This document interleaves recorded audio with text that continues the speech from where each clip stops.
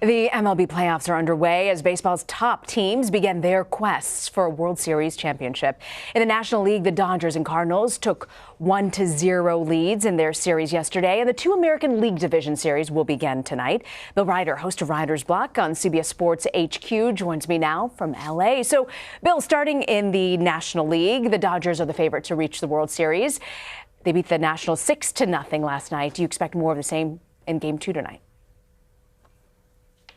Rena, I do, and maybe I'm just taking in the panicked vibes of Los Angeles, California, where I'm sitting, where Dodgers fans are tired of making the World Series and losing, so there's a lot of fear. But I think last night's win was really significant. It's a best-of-5 series in the divisional series. That means there's a lot more variance. It was a big win for the Dodgers. I know some folks who are rooting for the Nationals will point to Clayton Kershaw going tonight and the fact that he's had mixed results in the postseason, but I think the Dodgers getting that win in a best-of-5 series means, yes, as good as the Nationals are, and they earn their right here in a really gutsy performance in that wild card play-in series, I think L.A. moves on.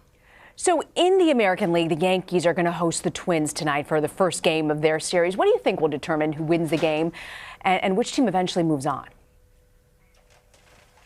Yeah, I think this is actually a little counterintuitive. For the most part in the postseason, and obviously you want to score as many runs as you can. That's the name of the game.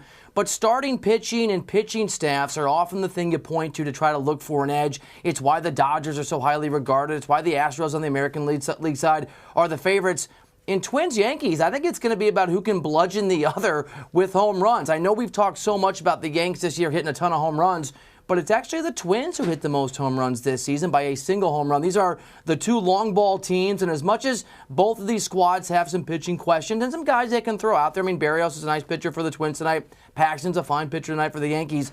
I think whoever can be offensively excellent and continue what's been a historic number of home runs just over all of Major League Baseball, whoever does that in this series, I think is going to win. And so as much as the Yankees are the favorite, I think the Twins have a real chance in this thing because they can put a lot of runs on the board just like the Yankees can. So I want to switch over to football for a second. There was a wild game between the Seahawks and the Rams last night in Seattle. The Seahawks took home a 1-point victory.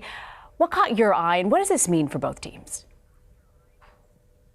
Yeah, a couple of things. And one, you need field goal kickers to make field goals. That was true for both of those teams. And obviously the Rams at the end missed the opportunity for the game winner.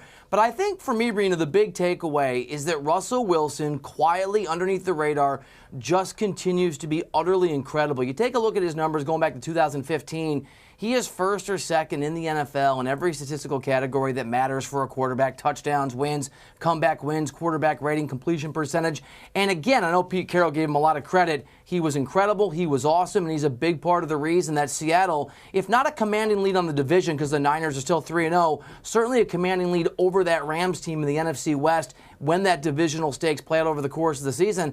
I think the takeaway for me is the Seahawks are for real, and Russell Wilson, as all the talk goes to guys like Brady and Patrick Mahomes, one of the best QBs in the game. And when you have that, you've got a real chance to win football games now and in the postseason. And when you look ahead, Bill, to Sunday when the Cowboys and the Packers face off, what will you be watching for in that game? Yeah, it's a really good game, a really big game. There's a few things. I think for the Packers, and I know at 3-1, those of us casting doubt sound like Chicken Littles of the world, but we still really haven't seen new head coach Matt LaFleur, who's an offensive-minded guy, get with Aaron Rodgers in a way that's taken off. And I've talked to a lot of guys who played in the NFL, play with the Packers and against the Packers, and just privately there's a mixed sense of whether or not LaFleur and Rodgers is going to work. This obviously is a really big challenge for that offense and this team. And on the Dallas side, really disappointing loss last week. I know it was on the road against New Orleans, but if you want to win a Super Bowl, you got to take care of business when a guy like Drew Brees is injured. So how that Cowboys offense responds will be equally, I think, telling about that team and obviously for the Packers, what the Packers can do. All right, Bill Reiter, grateful you could join us, Bill, with a breakdown of all that's going on this weekend. Thank you, Bill. And just a reminder, you can watch Bill's show, Reiter's Block, live from Los Angeles every Monday through Friday, 5 p.m. Eastern, only on CBS Sports HQ.